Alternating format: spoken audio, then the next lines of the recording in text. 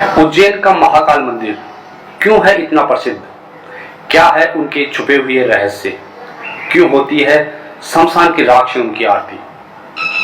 तो जानेंगे सभी कुछ इसी वीडियो में, तो जुड़े रहिए और देखते रहिए। भगवान शिव के 12 ज्योतिर्लिंगों में से सबसे प्रसिद्ध है ये तीसरा महत्वपूर्ण ज्योतिर्लिंग है। महाकालेश्वर ज्योतिर्लिंग मध्य प्रदेश के उज्जैन में स्थित है। मान्यता है कि भगवान शिव ने यहाँ धरती फाड़कर महाकाल का रूप ले लिया था। पुराणों में भी इसका उल्लेख मिलता है कि उज्जैन में क्षिप्रा नदी के तट के पास स्थित भैरव पर्वत पर माँ भगवती सती के ओष्ठ गिरे थे। कहते हैं कि हर सिद्धि का मंदिर भी वहाँ स्थित है जहाँ सती के शरीर का अंश अर्थात हाथ की कोहनी आकर गिर गई थी।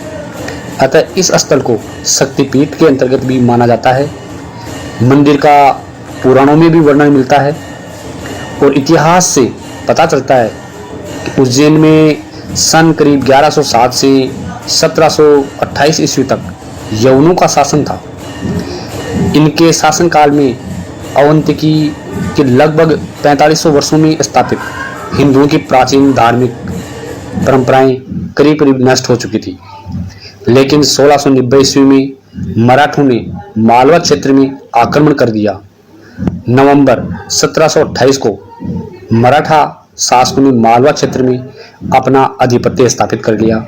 इसके बाद उज्जैन का खोया हुआ गौरव लौटा और सन 1931 से 1809 तक यह नगरी मालवा की राजधानी बनी रही। मालवा के शासनकाल में यहाँ दो महत्वपूर्ण घटनाएं घटी। पहला, महाकालेश्वर मंदिर का पुनर्निर्माण हुआ और ज्योतिर्लिंग की पुनर्प्रतिष्ठा तथा सिंहस्थ पर्व स्नान की स्थापना, जो एक बहुत बड़ी उपलब्धि थी। आगे चलकर राजा भोज ने इस मंदिर का पूरा विस्तार कराया। महाकालेश्वर ज्योतिर्लिंग की ब्रह्म मुहूर्त में पूजा की जाती है। इस दौरान भगवान शिव को भस्म का श्रृंगार किया जाता है। भगवान शिव भस्म की आरती पूरी भारत में प्रसिद्ध है।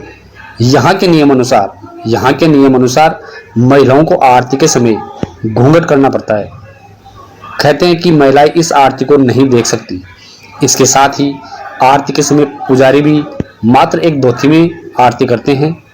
अन्य किसी भी प्रकार के वस्त्र को धारण करने की मनाही रहती है। महाकाल की भस्म आरती के पीछे एक ये मान्यता भी है कि भगवान शिव जी शमशान के साधक हैं। इस कारण से भस्म को ही उनका श्रृंगार आभूषण माना जाता है। इसके साथ ही ऐसी मान्यता है कि ज्योतिर्लिंग पर चढ़े भस्म को प्रसाद के रूप में ग्रहण करने से कई रोगों से मुक्ति भी मिलती है। महाकालेश्वर मंदिर में आरती के समय कपाट बंद हो जाते हैं और केवल मंदिर के पुजारी ही बाबा का श्रृंगार करते हैं। इस समय अन्य भक्तजन कक्ष के बाहर खड़े होकर देखते हैं और आजकल तो बंद कमरे में आरती की पूरी प्रक्रिया को रिकॉर्ड किया जाता है। जानकारी के लिए बता दूं कि आरती के वक्त शिवलिंग को भस्म से पूरी तरह नहला दिया जाता है। अंत में शिवलिंग पर भगवान शिव का चेहरा बनाया जाता है और फिर उसके बाद में मंदिर के पट खोले जाते हैं। जहां पर दुनिया भर की भीड़ रहती है, उनके सामने फिर आरती होती है। विश्व प्रसिद्ध बाबा महाकाल के दरबार में लाखों की संख्या में प्रतिदिन श्रद्धालु दर्शन करने आते हैं। ऐसी मान्यता है कि भक्त उज्जैन के महाकाल का दर्शन करने से पहले बाबा काल भैरव का दर्शन करते हैं और चिंतामणि गणेश के दर्शन करते हैं, क्योंकि उनके दर्शन करने से जीवन के सारे पाप मिट जाते हैं और उनकी हर मनोकामना भी पूरी होती है।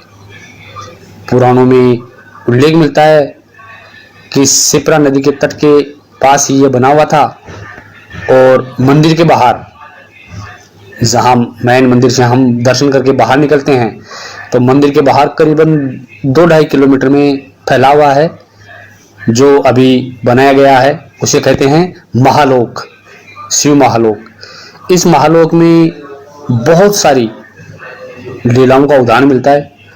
पत्थर की बनी हुई मूर्तियां हैं कुछ अन्य धातुओं की बनी हुई मूर्तियां हैं और वहीं पर आगे जाकर 3D टाइप में कुछ दिखाया जाता है और बहुत सारी जगह यहाँ पर सेल्फी वगैरह शूट करने के लिए बनाई गई हैं जो कि बहुत ही अच्छी है। और शाम के वक्त यहाँ का नज़ारा बहुत सुंदर होता है क्योंकि क्षिप्रा नदी के तट पर ही तो है ये, तो नदी की ठंडी ठंडी लहरें आती हैं और यहीं जो बाहर उद्यान बनाया हुआ है लीलाओं का, इसके बीच में फव्वारा है ताकि वो ठंडक का एहसास दिलाता है। तो साथियों, ये तो थी मान्यता और इतिहास की बात। और रात को वहाँ क्यों नहीं रुकते? क्योंकि ऐसी मान्यता है, वास्तविकता का मुझे कोई पता नहीं, ऐसी मान्यता है कि जो भी व्यक्ति दर्शन करके रात को रुकता है उसकी मौत हो जाती है। हालांकि ऐसा लोग कहते हैं, ऐसी मान्यता है। बाकी इस युग में हम मानते हैं कि जाहिर सी बात है, जो बाहर से घूमने वाला आएगा वो रात को रुकेगा ही रुकेगा, कहाँ जाएगा वो? तो ये तो एक भ्रम की बात है, बाकी ऐसी मान्यता है। तो साथियों, कैसा लगा हमारा वीडियो? अगर अच्छा लगा तो इसे अधिक से अधिक लाइक करें, शेयर करें और कोई अपनी राय हो तो कमेंट बॉक्स में ज़रूर लिखें।